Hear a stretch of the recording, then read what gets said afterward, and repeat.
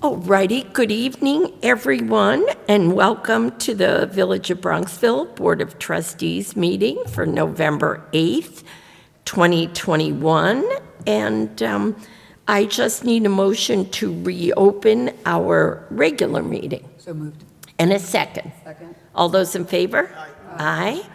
Oh, motion passes, and we will now stand for the Pledge of Allegiance. I pledge allegiance to the flag of the United States of America and to the republic for which it stands, one nation, under God, indivisible, with liberty and justice for all. All right.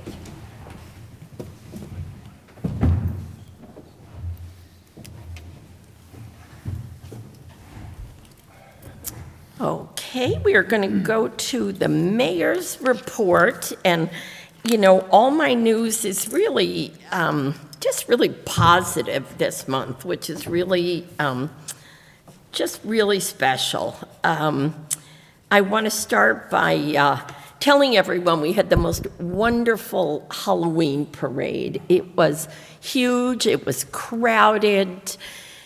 You would have recognized it was our entire grammar school, I think. And I just want to thank the Bronxville students, the youth council, and their incredible leader, David Russert. It was really special, and the kids, after missing last year, were absolutely thrilled.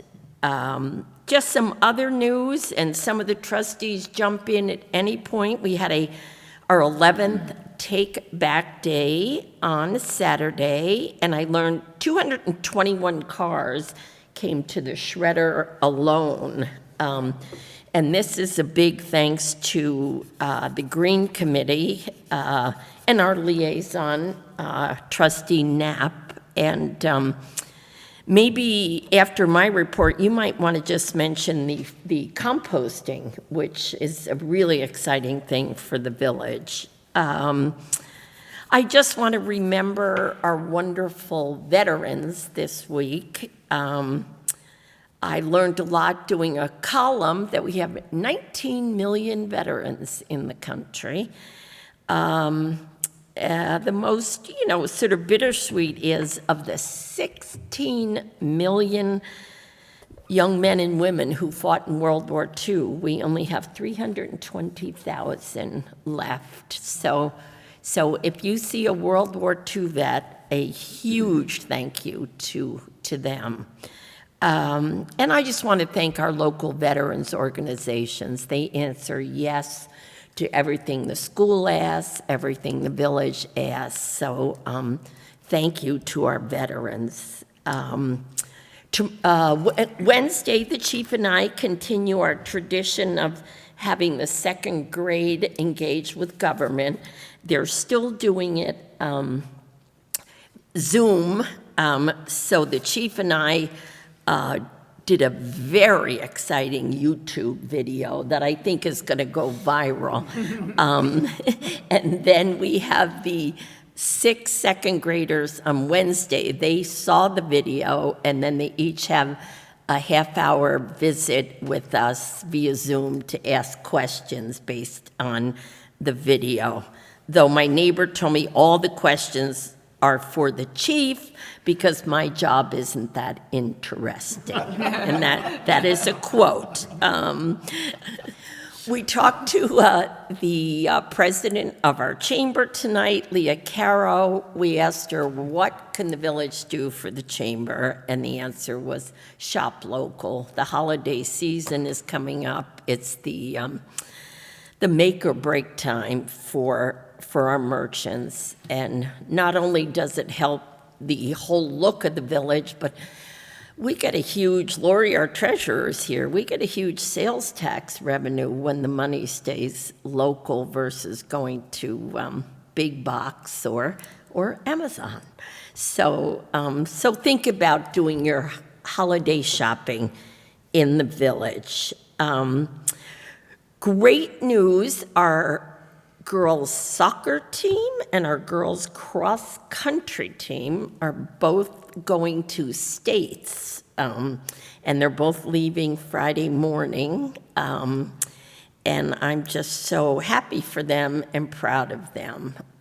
Little girl power on this one. And then finally, as our liaison to the police department, do you want to introduce one of our... We have Matthew Stein attending this meeting, and I think you're doing this on your own volition. I am. Which thank you very much. And we first met you as trustees, I think it was back in May-ish timeframe, and it was a while ago, and Matt just joined, really joined as our community liaison officer, and to be really present in the business district. So it's great to have you here, and what's even greater is to see these emails happening in the first few weeks, coming into the police chief saying, "Chief, just met Officer Stein. What a great addition. We love him. What a great representative of the village and the police force." So it's great having you here, and we had a chance to chat with you on the sidewalk a week or so ago, and I think you are making a huge difference, and you will make a big difference. Thank you.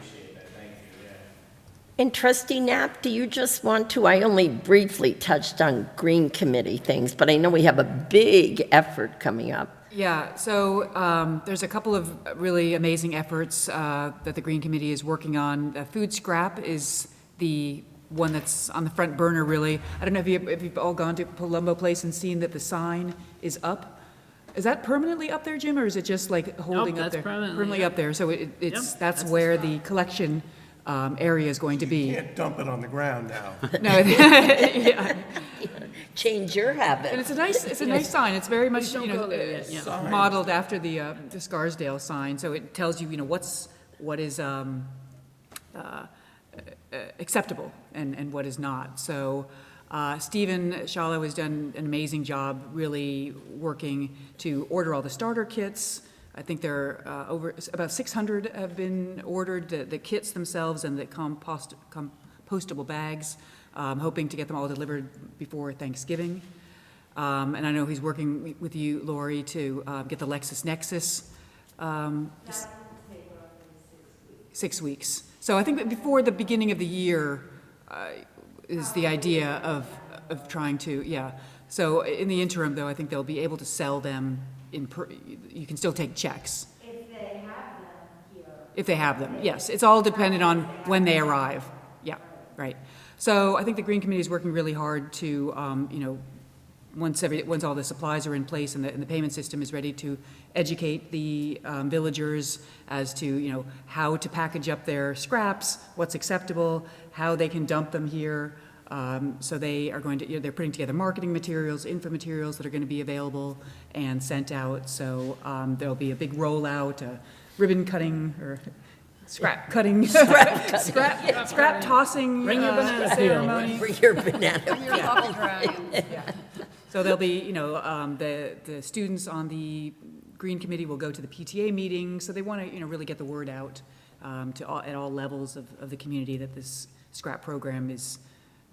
Will beginning over the next weeks, hopefully, or a month or two. So, and also the Green Community is working really hard on the Climate Smart Communities certification. So the plan is to get enough points together to get bronze status by July of next year, which is a really incredibly complex and painstaking process to map all the, we've done so many green initiatives, but you have to actually, document it and then enter it into the system, have it approved. And again, Stephen is doing a wonderful job of learning how to do the process and working with the Green Committee to get that data and enter it into the system. So I think we've probably got already about 30 points or so, but you have to reach 100 to get this bronze status. So those are the two main things that the Bronze Committee, that the Green Committee is working on. Bronze Committee. Okay. And Trustee Behrens, do you want to just, I think, make a deserved pitch for the incredible online newsletter that you really, with Jim Palmer, have colleagues are noticing we actually have one now. And Mary Ann. And Mary I wouldn't be Ann. able to do it without Yep. Mary Mary Ann. Ann, yes. Great teamwork. Yep. She's a great editor as well, and creative mind. We have a newsletter that comes out once a month. You need to opt into it on the website, so you make sure that you receive it into your email inbox. And it outlines what's going on, what has gone on and what's going on in the village the past month and then the current month. And it comes out in the very beginning, and we really hope that all residents will sign up because it's very informative, and we're taking a lot of time to put a lot of stuff in there that we think that you all will benefit from reading in its entirety. So, and you can also go back and look at past newsletters on the website. We have them all listed there, and we started in July. So, and we take August off as we don't have a meeting that month. And I'm going to ask you, Trustee Fredericks, to talk about the Safe Streets Committee, because you've been very interested, and frankly, somebody who has to traverse 22, as do your neighbors, to get to school or to get to appointments. So if you could share. Well, thank you, Mayor, and the Mayor has been very active in this, as has Trustee Knapp and Trustee Behrens as well. There was a program in the Jaeger Room at the library with a presentation organized by folks from the county, Mr. Right. Palmer? Yeah, from the county, who are going to be providing a report shortly with suggestions and recommendations for not only additional pedestrian sort of rights of way or throughways, it might be called, and perhaps some additional traffic calming devices here and there, again, to promote the objective of walkability, and in some areas, in particular, walkability for school children with parents, particularly parents with younger kids.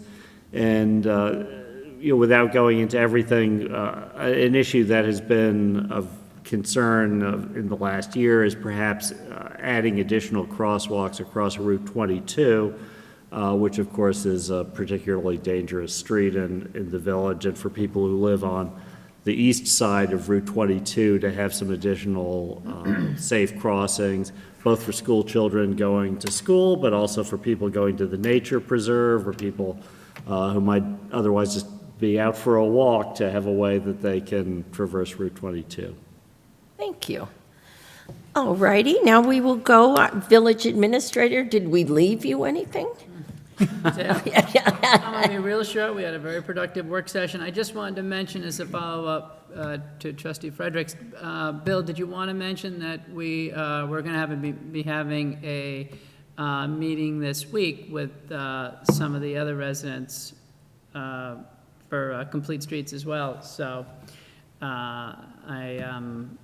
I think, Mary, you might be attending. Ellen, you were going to attend, and Bill. And we had set up the meeting for Wednesday night, I think, at 6 o'clock, right? So I figured I'd mention that. So if a majority of the board did want to attend that too, and we were going to be meeting with some other residents who had started their own another survey. So we're going to be going through some of that data, right?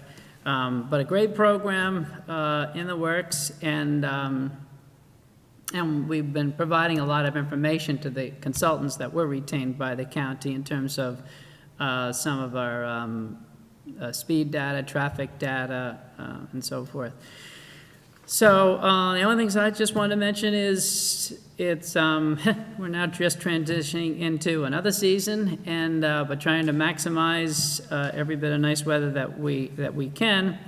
And but the DPW will be starting with the holiday decorations soon enough, probably by the beginning of next week, starting to work on those. Of course, now we're going into the leaf collection, and the leaf collection season is getting a little bit narrower, shorter each and every year, since seems like the leaves are hanging on the trees a little bit longer.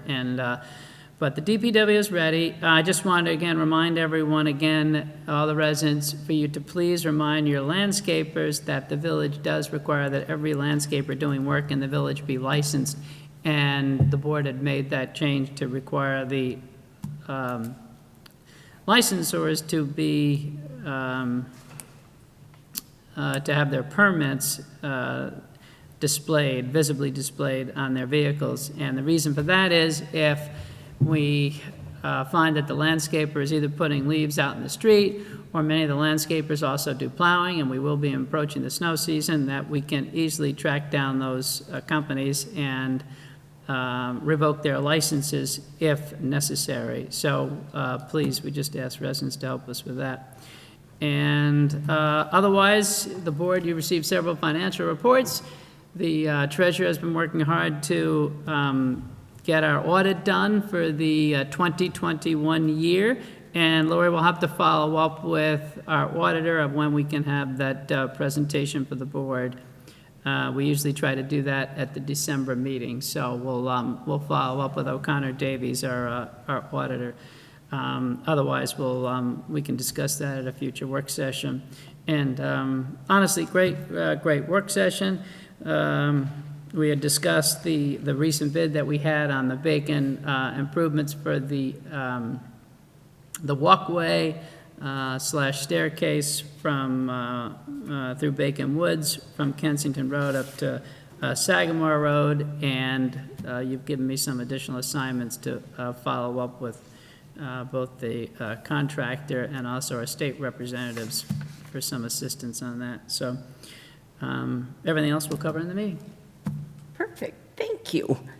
All right, now I need a motion and a big thank you to Mary Ann for the minutes of our work session from October 12th, 2021, and the regular meeting of October 12th. One comment here. Under the mayor's report, the last sentence was duplicated in Jim's report as well. So if you could eliminate the last sentence from the mayor's report, that would be great. So Thank you. with that exception, I would Move it? like to move it. All right, then do I have a second? Second. All those in favor? Aye. Opposed? Motion passes with a big thank you. All right, Mr. Palmer, on to new business, and thinking maybe we should just tag team these. I'll start. The first one is a resolution authorizing small claims settlements, assessment proceeding settlements for 2020 and 2021. And tonight we have claims that I did a little rounding that total a refund of $21,000 from the school and $5,000 from the village. So do I have a motion to accept those settlements as prepared by our assessor? So moved. Okay, and a second? Second. All those in favor? Aye. Opposed? Motion passes.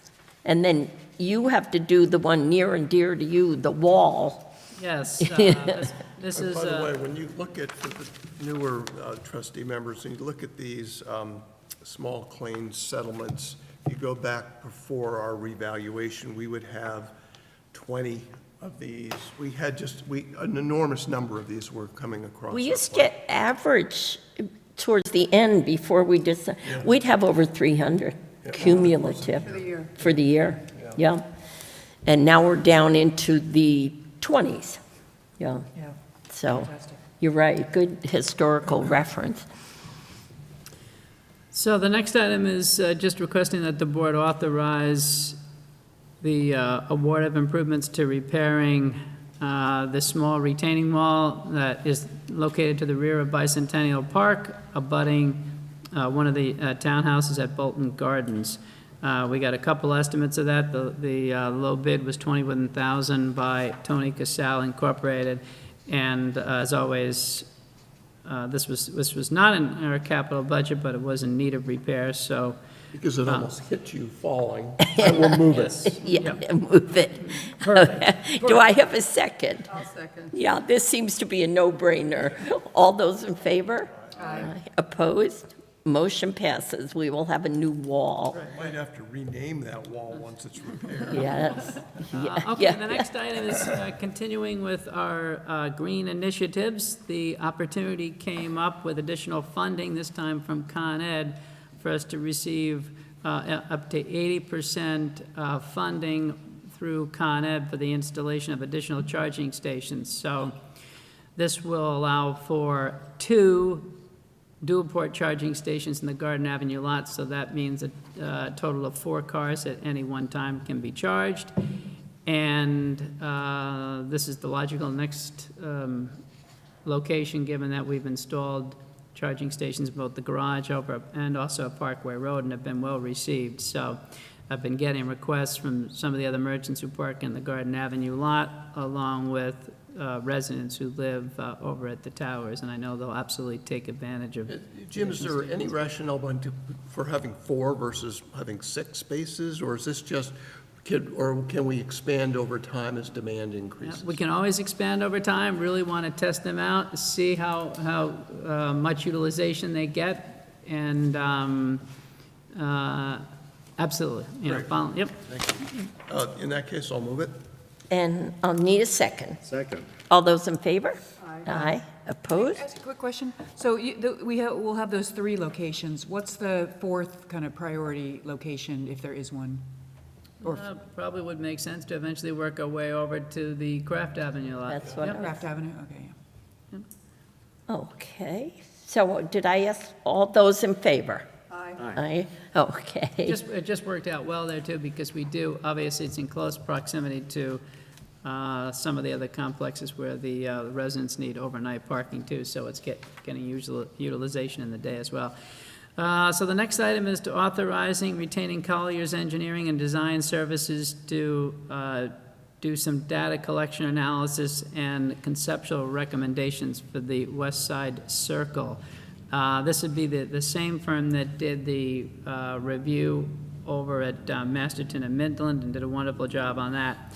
So this request is for authorizing the use of $10,000 from unassigned fund balance and for retaining Collier's Engineering. So we'll be using that same individual. And again, this is part of our effort to look at what can be done at the West Side Circle, given all the interaction between pedestrians and vehicular traffic. And, of course, as you know, we have 2 applications pending through the county's federal government community development block grant program. So should we be successful on those, we're going to have to show that we've done some analysis. This is the initial first step. So I think they're going to be using automated technology, too, which is excellent. Cameras that can capture the number of cars and pedestrians that are coming through and start doing some simulations. And, as someone who lives right there, believe me, it's needed. Who walks a lot. Yeah. So I will move this one. Do I have a second? Second. All those in favor? Aye. Opposed? Motion passes. All right, the next item is really housekeeping again. It's just retaining our fiscal advisors and marketing as our bond advisory service for the next fiscal year. We used them last year when we did the bond issuance for the $13.2 million bond, and actually that was in the spring of this year, believe it or not, and we were really successful in getting a very competitive interest rate on that 22-year bond. And again, they assist us with always providing us with the analysis of what the current market rates are, the timing of it, and there's a lot of work, but we pay as needed. And I don't anticipate a bond being issued, but within the next year, good chance that we would do a bond anticipation note. So. Good. I'll move it. I'll second it. All those in favor? Aye. Aye. Motion passes. Mayor, did you want to go over this one since you executed the MOA with the cooperation with the police department, just for? I just want to say, and perhaps you want to give the a little detail on how they process, but the trustees concerned for the safety of our police officers and the safety of the people we serve in the village, requested of the police department that they do COVID testing for us. And it was just one of those For the unvaccinated. for the force. And it was just one of those moments where just another reason you're so proud to live here is that we just sat down, had conversation, came to an agreement, and signed off almost in record time. I don't know if it's important to give more specifics on how we're going to do it. It's a...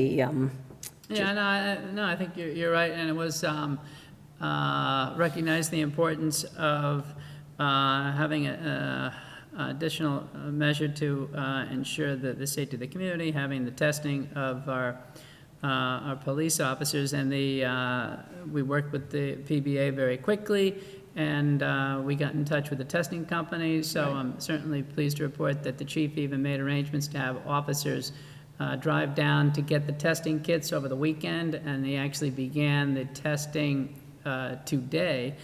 And so anyway, it's, and again, we signed the testing agreement with a company in New Jersey. They're going to literally come and do the kits. So, but it was some good, quick discussion with the PBA to get their support of it and coming up with a system of that's best for the community, so. And it's weekly testing? Yes. Yep, it'll be Weekly. once a week, and as we have previously discussed, I envision rolling this out for all the other employees. I would like to move that. In a second? Second? All those in favor? Aye. Aye. Opposed? Motion passes. Thank you, Mary, for taking the lead on that. Yeah. Jim. Thank- Well, it was easy working with our PD, frankly. It was. But it's a delicate, it's delicate, and so I appreciate the work you did on it. Thank you. Okay, and the last two items we also discussed in our work session, and that is we have another unique opportunity to apply for additional funding for the televising, the cleaning, the lining, and the replacing of our sanitary sewer lines. And this would be for Phase 5, and as you know, we've received funding for 3 grants to date for our sanitary sewer work, in which for the public certification means that New York State Department of Environmental Facilities funds 25% of the improvements and the engineering work for that matter. So if the board would authorize us submitting another application, which we're calling Phase 5, and you had an area that was highlighted on the area that we will be examining and cleaning and televising, and that includes now stretching up to other areas that are not our primary trunk lines but get a lot of utilization, sections of Route 22 over by Argyle and Sherman, all the way down through Homesdale, and so forth. All right, who would like to move that? So moved. And a second. Second. All those in favor? Aye. Opposed? Motion passes. This is such important work, and we're playing catch-up after decades, so it's so important to get this done. Yes.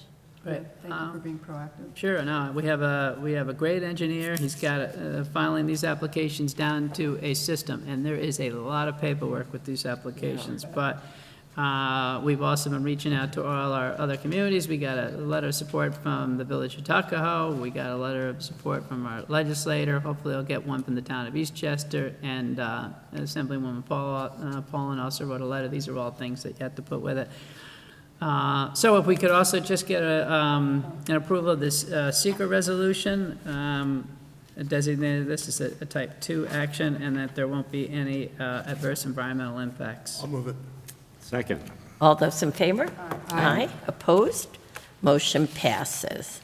That concludes our official business. Trustees, did we forget to say something before I open it to public comment? Mayor, I think just to follow on, I'm sorry, Trustee Underhill, just on this sanitary sewer grant, I just note that in the work session, there was discussion amongst the trustees about, other flooding issues, the status of work and analyses being done in White Plains at the county level. And so this is really just one piece of what we're looking at. And I think we all recognize that both short-term, medium-term, and long-term, the village is probably going to need to find more solutions to the problem that, 100-year storms seem to be coming every 10 or 15 years these days. So I just wanted to note that for people who didn't see things from the work session. And actually, and maybe on that note, if I may, Trustee Fredericks, is never hurts to remind everyone again that we do have two separate systems in the village. The sanitary sewer system, which is separate and distinct from what we call our MS4, our municipal separate storm sewer system. And we file that report with the Department of Environmental Conservation every spring. We always talk about the minimum control measures that we provide to the community to ensure that our stormwater system is also safe. But it's important to note that, yes, as part of this process, we seek out to make sure that there isn't sanitary sewage going into the storm sewer system, and likewise, storm sewer into the sanitary sewer. And what does that mean? If someone has a sub pump, roof leaders, or a sub pump in their basement, that should not be tied into the sanitary sewer system. That should be tied into the storm sewer system. And it's very important. And part of the board's efforts here by replacing our pipes, by cleaning our clay pipes, which are old, we are reducing the groundwater, which can make its way into that sanitary sewer system. And that's very important because residents on the low end could be negatively impacted, could have a backup in their house, if you will, in a basement toilet, what have you, if the sanitary sewer system becomes overwhelmed. So while separate from the storm sewer system, what we've been achieving here is reducing stormwater, groundwater, what they call inflow and infiltration that can make it into the sanitary sewer system. But that being said, with the excessive amount of rainfall events that we've had, we absolutely, as we discussed in our work session, need to comprehensively look at stormwater improvements, perhaps short and long term, that we can make. And of course, one of those that we did submit to the county, and at least have received approval from the county's Stormwater Advisory Board, is a new study to evaluate the previous studies that were done for the Bronx River corridor that impacts Paxton, Lower Millburn, Parkway Road, those areas which were absolutely devastated from Hurricane Ida. So I will follow up with the Board of Legislators to see when that funding will be coming before them. And as I said, in the capital plan that I presented to you, we have started to allocate monies over a period of years to look at the storm sewer system and do the same type of analysis, some short and long-term solutions to account for excessive rainfall events. So. Deputy Mayor, did you want to add something? I just wanted to mention that there was a couple of weeks ago on October 23rd, the town of Eastchester had a commemoration event for recognizing Glenn Bolito. A pergola has been constructed, a little garden seating area and pergola in front of Eastchester Town Hall, and it was a dedication to our friend and former colleague and former deputy mayor, Glenn Bolito. And it was, if you get a chance and you're by Town Hall, it's really worth stopping by to see. They did a beautiful job, and it was very, very well attended. Thank you. Any other trustee comments? Seeing none, open it up to anyone here who might like to say something. Robert Rabsey of Parkway Road. Yeah. Robert, how many years have you lived there? 74, Yes. same house. And Changed bedrooms. Yeah. Other than that, it's the same. The interesting thing, I just have to say, we talked with the president of the chamber, and it's just interesting you come, because I believe your mother was the first executive director. Only for 39 years. Yes, yes, so it's only fitting that you're here. Welcome. Thank you. And thank all of you for coming in and doing this. I know it's nothing you look forward to, but it's what makes Bronxville so special. And it's a very special place. A couple of things I wanted to talk about is the police department, they're doing a great job. I think these people with blacked out windows where you can't see in, and if I can't see you, you can't see me, I don't know if you're going to hit me. So and I think they can put a meter on them and they can read how dark they are. It's dangerous, and I'd like to see the police enforce that more. The other thing, we've all heard these new mufflers, bop, bop, bop, bop, bop, bop, bop. Because I'm over by the Sprain Brook, it's nonstop. You know, they come up the Bronx River Parkway, it's 40 miles an hour. Then you hit the Bronx River, it's 50, 45, and the Sprain's 50 or 60, and it's like a racetrack there. With that, Lawrence Hospital, our little community hospital, that we used to have one ambulance, a Cadillac ambulance, that they kept at the garage across the street, and they would go out. It's a medical factory. The sirens don't stop. You sit there, they're coming down Palmer or up the Parkway. I know there's an accident, and they call around, and there's no room in Yonkers or the Bronx, so they send them up there. Empress, who seems to provide most of the service, the sirens just keep going on. You could hear them for blocks away in the middle of the night. There's nobody out there, but some of the drivers just hit it, and keep going. Jim, in front of my house, there's a red oak. When they planted it 15, 16 years ago, it was never straight, it was to an angle. Trucks are hitting it, including our village garbage truck.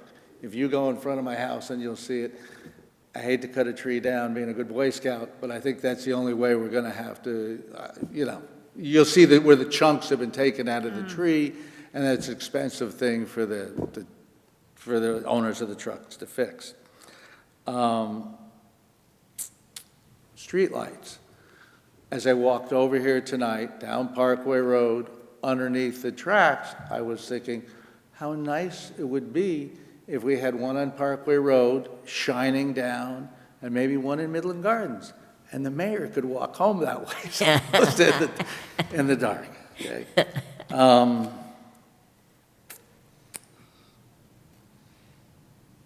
I talked to, the Bronxville Traffic Circle. I heard you talk about that.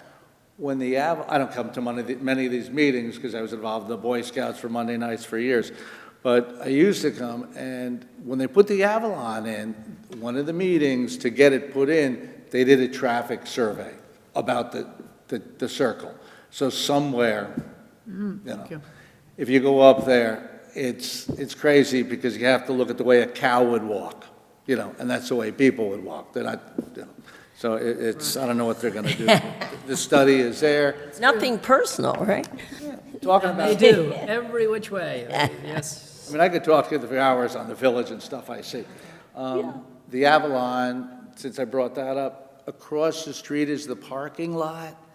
When they built it, if you go over and look at it, it's like this.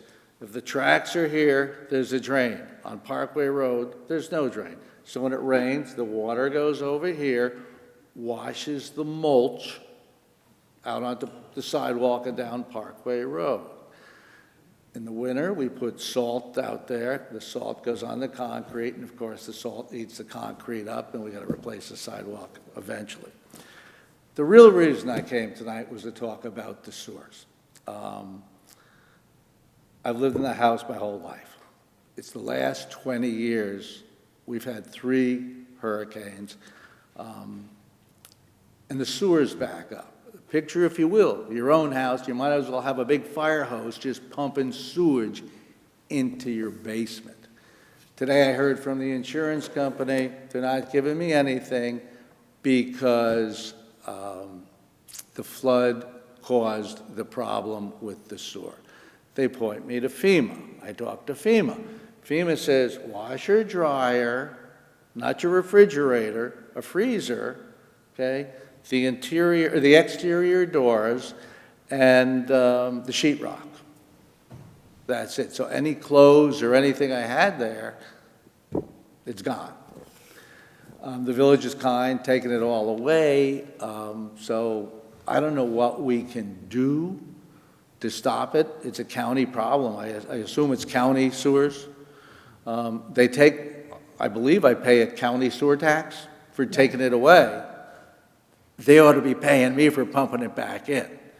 It's a very ugly situation with that. I heard you're working on it and addressing it. Of course, I heard that the first flood, which was about 17, 18 years ago, I think the last one was 10 years ago. This flood was about 1.5 feet higher, I think, than the last time. I mean, it was 4'11". You think about 4'11" of water in your basement, and before the water came in, the sewage is pumped out. My son was home, I was out of the country, and he calls, Dad, the toilet in the basement is just, so. Thank you for your time. Thank you for your doing all the stuff in the village, and I appreciate anything you could to do to help me with that. I talked to a bunch of my neighbors who are probably watching me. They didn't know how much came in because they weren't, you know, my son, being 23 years old, was up when the storm started, but they went to bed and they woke up and their cars were underwater. But I assume where I live on Parkway Road, that if you're lower than I am, you were getting sewage before I was getting it as it comes up the hill. So, thank you very much. Thank you, Robert, and thank you for some very important observations. We truly appreciate, and I appreciate all you do for the village. Thank you. All righty, I need a motion then to adjourn our November meeting. So moved. And a second? Second. All those in favor? Aye. Opposed?